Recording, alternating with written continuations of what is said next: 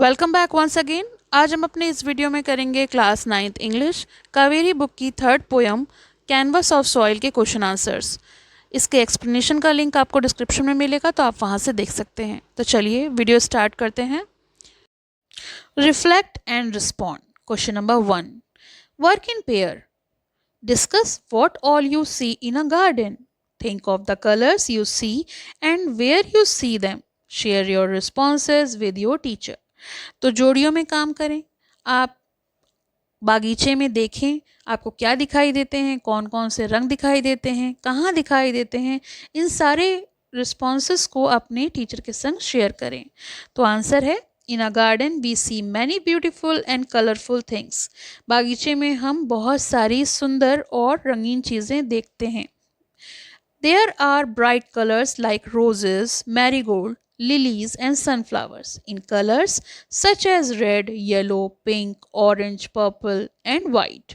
तो हमें बागीचे में बहुत सुंदर सुंदर फूल देखने को मिलते हैं, जैसे कि गुलाब, गेंदा, लिली, सूरजमुखी जैसे चमकीले फूल, जिनके रंग होते हैं लाल, पीले, नारंगी, बैगनी, सफ़ेद। तो ये इतने सुंदर सुंदर रंगों में खिलते हैं। The leaves and grass are green. पत्तियां और घास हरे रंग की होती हैं। The soil is brown. मिट्टी भूरे रंग की। The sky above is blue. और आसमान जो होता है वो नीला होता है। And sometimes we see white clouds. और कभी कभी हमें सफ़ेद बादल भी दिखाई देते हैं। Question number 2, look at the picture of a garden and a painting given below. तो यहाँ पे दो तस्वीरें दी गई हैं, एक गार्डन की है और एक पेंटिंग की है। इन दोनों में हमें सिमिलरिटीज़ ढूंढनी है। तो पहला है, just as a garden is full of colours and life, similarly a painting is full of colours and creativity. तो जिस प्रकार से एक बागीचा रंगों और जीवन से भरपूर होता है, उसी प्रकार से एक पेंटिंग रंगों और रचनात्मकता से भरपूर होती है। Second, a garden and a painting both are beautiful and pleasing to the eyes. एक बागीचा और एक चित्र दोनों ही सुंदर और आंखों को लुभाने वाले होते हैं। नेक्स्ट है, colour is common to both a garden and a painting. रंग जो हैं बागीचे और चित्र में दोनों में ही समान होते हैं। Like a garden and a painting too reflects beauty and imagination. एक बागीचे की तरह एक पेंटिंग भी सुंदरता और कल्पना को प्रतिबिंबित करती है, रिफ्लेक्ट करती है। Question number 3, let us acquaint ourselves with the meaning of palette, hue and canvas. तो हमें पैलेट, ह्यू और कैनवास के अर्थों से परिचित होना है। पैलेट, अ थिन ओवल और रेक्टेंगुलर बोर्ड और tablet that a painter holds and mixes colours on. तो पैलेट होती है एक पतली अंडाकार या फिर आयताकार एक छोटी सी तख्ती या पट्टी, जिस पर चित्रकार अपने रंगों को मिला मिला के नए रंगों का निर्माण करता है। ह्यू होते हैं शेड ऑफ अ कलर, यानी किसी भी रंग के अलग अलग शेड्स को हम ह्यू कहते हैं। कैनवस होता है painting. Now look at the painting given above and identify palette, canvas and select a hue. तो ऊपर दी गई पेंटिंग को देखिए और बताइए कि उसमें से पैलेट, कैनवास कौन कौन से हैं। The first picture is a palette and third picture of a canvas and second picture of a hue. Check your understanding. Question number 1, read the poem again and complete the summary of each stanza by filling in the blanks. तो हमें यहाँ कविता को पढ़कर रिक्त स्थानों की पूर्ति करनी है। Question number 1, the earth is portrayed as a rich palette where gardeners' dream flourish in the form of seeds awaiting spring. पृथ्वी को एक समृद्ध रंग बिरंगे कैनवास के रूप में चित्रित किया गया है, जहां बागवानों के सपने बीजों के रूप में पनपते हैं और बसंत ऋतु की प्रतीक्षा करते हैं। Second one, the garden flowers blossom into a beautiful display of different blooms, resembling a painting by Mother Nature in the light of morning. सुबह की रोशनी में बागीचे के फूल खिलकर एक सुंदर दृश्य प्रस्तुत करते हैं, जो प्रकृति द्वारा बनाई गई किसी पेंटिंग से कम नहीं है, यानी किसी पेंटिंग जैसी प्रतीत होती है। Stanza 3, each garden is likened to a white canvas integrating art and life. प्रत्येक बागीचे को एक विशाल कैनवास के रूप में माना जाता है, उसके समान माना जाता है, जो कला और जीवन दोनों को ही एकीकृत करता है। Through the efforts of gardeners, gardens transform into still life painting. तो जो बागवान होते हैं, माली, उनके प्रयासों से बागीचे स्थिर चित्रों में रूपांतरित हो जाते हैं। तो ये हो गया हमारा स्टैंजा 3। नेक्स्ट क्वेश्चन है question number 2। Select the appropriate title for each stanza from those given below. तो ये जो हमने अभी 3 स्टैंजा कंप्लीट करे, उनके लिए हमें एक सूटेबल टाइटल ढूंढना है। 5 टाइटल दिए हुए हैं। पहले स्टैंजा के लिए 4th वाला जो है, ये टाइटल है अर्थ एंड पॉसिबिलिटीज़, यानी पृथ्वी और संभावनाएं। तो ये टाइटल सुटेबल रहेगा। सेकंड स्टैंजा के लिए first one nature's work of art, और थर्ड स्टैंजा जो अभी हमने ऊपर कंप्लीट किया, इसके लिए जो सुटेबल टाइटल है वो है गार्डन्स एज लिविंग कैनवासेस। तो इसके लिए ये थर्ड वाला टाइटल सुटेबल रहेगा। सेकंड और 5th वाला जो टाइटल है वो इनएप्रोप्रिएट है, यानी वो किसी भी स्टैंजा के लिए सुटेबल नहीं है। Question number 3। Match the poetic devices in column 1 to the examples in column 2। Column 1 में दिए गए जो काव्य उपकरण हैं, यानी कि जो मैचिंग है, हमें कॉलम 2 से करनी है। पहला है ए इमेजरी, इसका ऑप्शन है 4th colours, brush strokes, blossoms, shades of green. B है मेटाफर, इसका ऑप्शन है 6 garden as a painting, plot as canvas, seeds as brush strokes. C rhyme scheme, A B B, second option is the correct option. D tone, तो यहाँ पे tone है first one appreciative, यानी प्रशंसात्मक। ई mood, यहाँ पे mood है joyful, यानी हर्षित। Question number F speaker, यहाँ वक्ता कौन है? 5th ऑप्शन अ गार्डनर, जो माली है वो यहाँ वक्ता है। एंड लास्ट अलिट्रेशन, यानी blossoms Bloom, 3rd option. Question number 4। Read the given extract and answer the questions. तो दिए गए अंश को पढ़ें और प्रश्नों के उत्तर दें। Brush strokes of seeds planted true awaiting springs vibrant hue. तो बोए गए बीजों के ब्रश स्ट्रोक बसंत के जीवांत रंगों की प्रतीक्षा में। तो ये हमारा एक्सट्रैक्ट है। क्वेश्चन है the poet has used a metaphor in brush strokes of seeds, which option from those given below uses a metaphor. तो कवि ने ब्रश स्ट्रोक्स ऑफ सीड्स के रूपक का प्रयोग किया है। नीचे दिए गए विकल्पों में से कौन सा विकल्प रूपक का प्रयोग करता है? तो यहाँ 4 ऑप्शन दिए हुए हैं, ए बी सी डी। मैं पढ़ देती हूँ। पहला है her mother's heart heard her heartfelt request with kindness, मतलब उसकी माँ के हृदय ने उसकी हार्दिक विनती को दयालुता से सुना। दूसरा है option B she has a heart of gold, उसका दिल सोने का है। See her heart did a dance of joy on seeing the new doll, नई गुड़िया को देखकर उसका दिल खुशी से झूम उठा। और D she has a very kind heart, उसका हृदय बहुत ही दयालु है। तो option B is the correct answer, she has heart of gold. Option B is the right answer because here heart of gold is a metaphor for kindness without using like or as. Question number B. Complete the sentence appropriately. वाक्य को उचित रूप से पूरा कीजिए। The phrase planted true is significant because it implies that the seeds are planted carefully and honestly with hope for good growth. सही ढंग से बोया गया, ये वाक्यांश महत्वपूर्ण है क्योंकि इसका तात्पर्य ये है कि अच्छे विकास की आशा के साथ बीजों को सावधानी पूर्वक और ईमानदारी से बोया जाता है। Question number C, why has the poet used the word hue instead of colours. कवि ने रंगों के स्थान पर रंगत शब्द का प्रयोग क्यों किया है? Answer, the poet uses hue to emphasize the bright and vivid colors to spring and to maintain the rhyme with true. तो कवि ने बसंत ऋतु के चमकीले और जीवंत रंगों पर जोर देने के लिए ट्रू शब्द यानी सच्चा शब्द का उपयोग किया है, रंग शब्द का प्रयोग करते हुए। Question number D, complete the analogy. तो यहाँ पे एनालॉजी दी हुई है जिसमें समर हॉट, समर यानी ग्रीष्म ऋतु जो है वो गर्म होती है, और स्प्रिंग यानी बसंत ऋतु vibrant. Question number 5, read the assertion and the reason and select the option that is correctly suited. हमें असर्शन और रीजन पढ़कर सही ऑप्शन को चुनना है।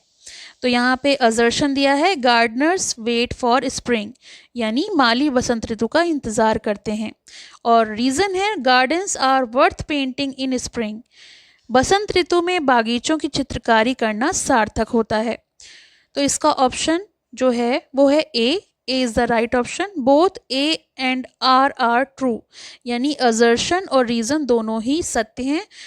Are is the correct explanation of A, क्योंकि जो रीजन है वो ए के लिए सही एक्सप्लेनेशन है। क्वेश्चन नंबर 2 यानी second extract, read the given extract and answer the question. तो दूसरे अंश को पढ़ना है और प्रश्नों के उत्तर देने हैं। Each plot a canvas wide where art and life coincide. प्रत्येक भूखंड एक विशाल कैनवास की तरह है जहां कला और जीवन का संगम होता है। इसके लिए क्वेश्चन ए है, what does each plot refer to. तो यहाँ पर ईच प्लॉट यानी प्रत्येक प्लांट से क्या तात्पर्य है। Answer, each plot refers to each small piece or section of land in a garden where plants are grown। यहाँ पर प्रत्येक भूखंड से ये तात्पर्य है कि बागीचे में भूमि के प्रत्येक टुकड़े, एक छोटे से छोटा टुकड़ा या छोटे से छोटा भाग जहाँ पौधे उगाए जाते हैं। Question number B, select the option that imitates the rhyme scheme. तो विकल्प का चयन करना है तुकबंदी योजना की नकल करते हुए। Beautiful and clear, laughter and cheer. तो यहाँ पर ये दो ऑप्शन हैं।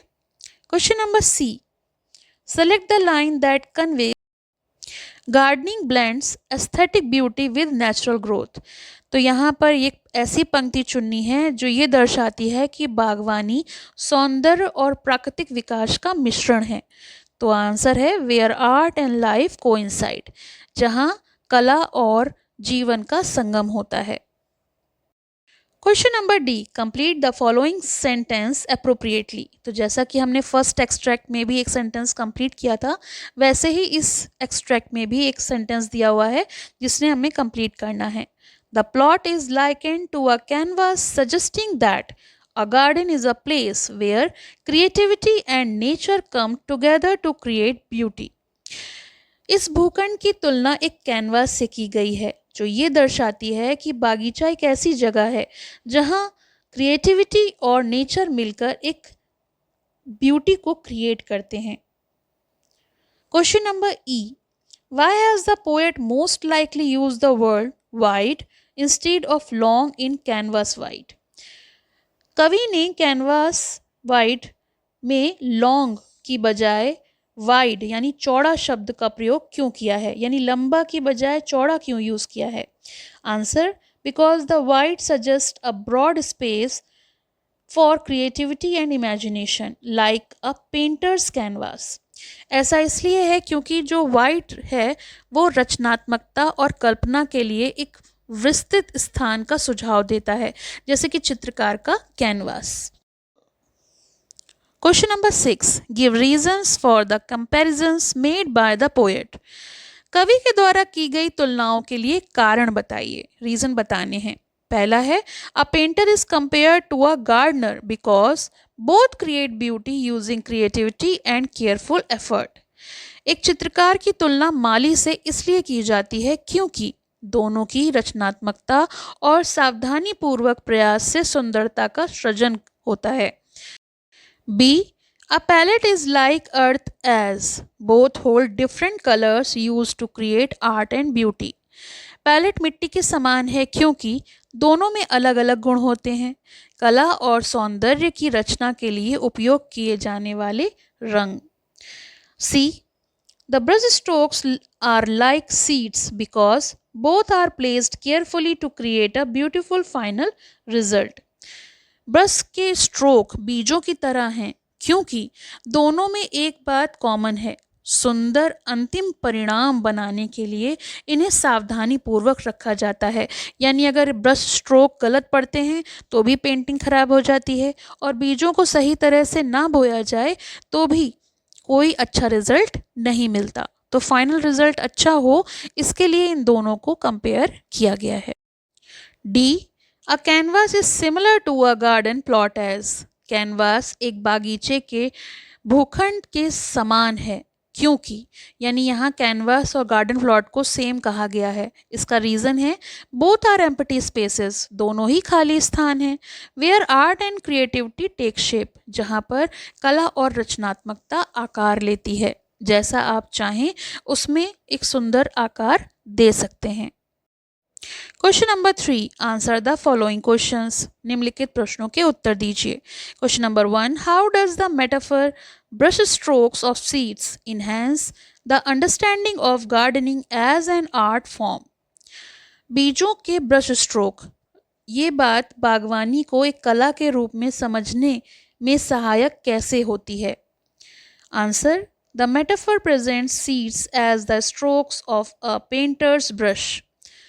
ये उपमा बीजों को चित्रकार के ब्रश की रेखाओं के समान प्रस्तुत करती है। Just as an artist carefully places brush strokes to create a picture, a gardener plants seeds with care and planning to grow a beautiful garden. जिस प्रकार से एक कलाकार चित्र बनाने के लिए सावधानी पूर्वक ब्रश की रेखाओं का प्रयोग करता है, ब्रश स्ट्रोक्स का प्रयोग करता है, उसी प्रकार एक माली सुंदर बागीचा उगाने के लिए सावधानी पूर्वक और योजना के तौर पे सही तरीके से बीजों को बोता है, प्लानिंग के साथ। This comparison shows that gardening is a creative process involving imagination, patience and effort. और ये जो तुलना है ये दर्शाती है कि बागवानी एक रचनात्मक प्रक्रिया है जिसमें कल्पना, धैर्य और परिश्रम शामिल होते हैं। Question number 2, what can you infer about the poet's perspective on the relationship between nature and creativity from the lines each plot a canvas wide where art and life coincide? तो इन दो पंक्तियों से आप कवि के दृष्टिकोण का क्या अनुमान लगा सकते हैं। Answer, the poet believes that nature's and creativity are closely connected. कवि का मानना है कि प्रकृति और रचनात्मकता आपस में घनिष्ठ रूप से जुड़े हुए हैं, क्लोजली कनेक्टेड हैं। The garden plot is compared to a canvas where natural growth and human creativity work together to create a living art work. तो गार्डन प्लॉट यानी जो बागीचे की तुलना एक कैनवस से की गई है, जहां प्राकृतिक विकास और मानवीय रचनात्मकता यानी जो हमारी ह्यूमन क्रिएटिविटी है, ये दोनों मिलकर एक जीवंत कलाकृति का निर्माण करते हैं। Question number 3, do you think the imagery in the poem successfully paints a vivid picture in the reader's mind? Give reason. क्या आपको लगता है कि कविता में प्रयुक्त बिंब यानी जो इमेजिनेशन है वो पढ़ने वाले के मन में एक सजीव चित्र प्रस्तुत करने में सफल हो सकती है? कारण बताइए। Answer, yes, the imagery successfully paints a vivid picture in readers mind. हाँ, चित्रण पाठक के मन में यानी पढ़ने वाले के मन में एक जीवंत चित्र सफलतापूर्वक प्रस्तुत करता है। Words such as palette, brush strokes, blossoms, shades of green, red and blue and morning help readers imagine a colourful and lively garden scene. तो जो कुछ शब्द हैं जैसे कि पैलेट है, ब्रश स्ट्रोक है, फूल, हरे, लाल, नीले रंग के विभिन्न शेड्स और सुबह की रोशनी जैसे शब्द पढ़ने वाले को एक रंगीन और लाइवली गार्डन के दृश्य के कल्पना में मदद कर सकती है। Question number 4, support the view that the poet's mention of the colour yellow would have lent effectively to the imagery. इस दृष्टिकोण का समर्थन कीजिए कि कवि द्वारा जो पीले रंग का उल्लेख बिंबों की प्रभावी ढंग को उभारने में सहायक होता है या नहीं। यानी येलो शेड को अगर हम वहाँ पे रिप्रेजेंट करते हैं तो वो उसकी स्ट्रेंथ को बढ़ाता है या नहीं। तो आंसर है, the addition of yellow would have strengthened the imagery. हाँ, ये जो है ये पीले रंग को शामिल करने से दृश्य और भी प्रभावशाली हो जाता है, because yellow represents sunlight, warmth and flowers such as sunflowers and marigold. तो पीला रंग सूर्य की रोशनी, गर्माहट, सूर्यमुखी और गेंदे जैसे फूलों का प्रतीक है। It would have made the garden scene brighter and more vivid. इससे बागीचे का दृश्य और भी चमकीला और जीवंत बन जाता है। Question number 5. Considering the line gardens become paintings still, what can you interpret about the poet's view on the timelessness of nature's beauty? Answer. The poet views nature's beauty as timeless. कवि प्रकृति की सुंदरता को timeless मानते हैं, यानी कभी भी ये नष्ट नहीं होगी। Although plants grow and change, the beauty of a garden remains like a painting that can always be admired. यद्यपि पौधे बढ़ते और बदलते रहते हैं, फिर भी बागीचे की सुंदरता एक चित्र की तरह बनी रहती है। The word still also reminds us the still life paintings, और स्टिल शब्द हमें स्टिल लाइफ पेंटिंग की याद दिलाता है। Question number 6. Justify the title of the poem canvas of soil. Answer. The title is appropriate because the poem compares the soil of a garden to an artist's canvas. Just as a painter creates art on a canvas, a gardener creates beauty in the soil by planting seeds and caring for plants. The title highlights the idea that gardening is a form of artistic expression where nature and human creativity combine to create a living masterpiece. तो ये तो हमने किए इस poem के question answers. इसके explanation का link चाहिए तो डिस्क्रिप्शन में मिल जाएगा। आपको कोई और हेल्प चाहिए तो आप कमेंट बॉक्स में मुझे लिख के मेंशन कर सकते हैं, उसके लिए मैं वीडियो अपलोड कर दूंगी। Thank you for watching, have a nice day. पसंद आया हो तो लाइक करें, शेयर करें और चैनल को सब्सक्राइब करें।